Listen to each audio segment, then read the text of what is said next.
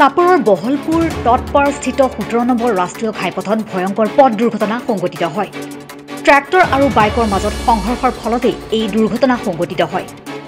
কোনো সংকেত চিন বা লাইট নিদিয়াকৈ ৰৈ আছিল এখন ট্ৰেক্টৰ। ফলত বাইক চালকে খুন্দিয়ালে ট্ৰেক্টৰখনত। থিতাতে নিহত বাইক চালকজন বহলপুৰ নাথপাৰৰ হেমন্ত নাথ বুলি জানিব পৰা গৈছে। আৰু গুৰুতৰভাৱে আহত আনজন বাইক আৰোহী তৰুণ নাথ বুলি জানিব পৰা গৈছে। তৰুণ নাথক উন্নত চিকিৎসাৰ বাবে বঙাইগাঁৱলৈ প্ৰেৰণ কৰা হয়। দুৰ্ঘটনাত সংঘটিত হোৱা ট্ৰেক্টৰখনৰ নম্বৰ হৈছে AS16C5738 আৰু বাইকখনৰ নম্বৰ হৈছে AS19E7228। ট্ৰেক্টৰৰ দৌৰাত্মৰ কাৰণে এই দুৰ্ঘটনা সংঘটিত হোৱাৰ অভিযোগ উত্থাপন কৰিছে স্থানীয় ৰাইজে। তাৰমানে এই বহলপুৰ নাথপাৰাৰ পৰা বহলপুৰ অভিমুখে দুজন আৰোহী গৈ আছিল। এজনৰ নাম হ'ল হেমন্ত নাথ আৰু এজন হ'ল ফাকু নাথ, তৰুণ নাথ, এনে ফাকু বুলি মাতো।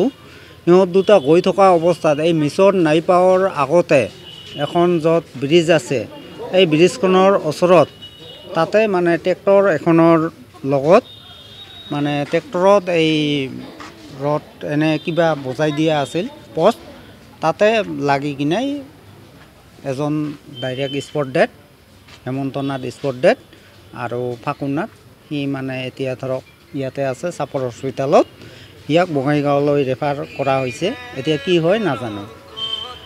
মই বহলপুৰ তৎপাৰাত মই এতিয়া সন্ধিয়া আহিছিলোঁ বেলেগৰ পৰা, হঠাৎ দেখা পালোঁ যে এক্সিডেণ্ট হৈ গৈছে।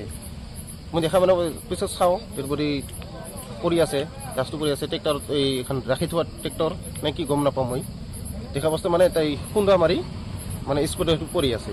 মানে ট্ৰেক্টৰ যিটো মানে দ্ৰুত বেগত মানে চলি আছে আৰু কি ওভাৰলোড চলি আছে আৰু ওভাৰলোডৰ কাৰণে এই সংঘটিত হ'ব পাৰে। তাৰ আৰু বাইকৰ মাজত সংঘৰ্ষ মাৰা হৈছে, পিছফালৰ পৰা খুন্দা মাৰিছে বাইকখনে। কোনোবা ডেড হৈছে নেকি? ডেড মানে হেমন্ত নাথ আৰু এজন আছিল তৰুণ নাথ।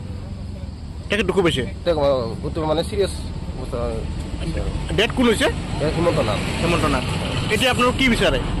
মানে যিটো মানে ট্ৰেক্টৰ দৌৰত ন সেইটো বিচাৰোঁ যে মানে দ্ৰুত গতিটো কমাব লাগে। কাৰণ যিটো দৌৰত মই ট্ৰেক্টৰৰ বা যিটো বাছৰ মানে সকলো হৈ থাকে এক্সিডেণ্টটো, সেইটো কাৰণে মই যে ক'ব বিচাৰোঁ যে যদি মানে আৰক্ষী প্ৰশাসনে আমাক যদি মানে সকাহ দিয়ে আৰু বা ট্ৰেক্টৰৰ দৌৰত মাজত কমায়, এইটোৱে বিচাৰোঁ।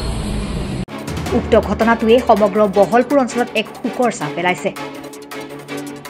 Bureau' report Republican.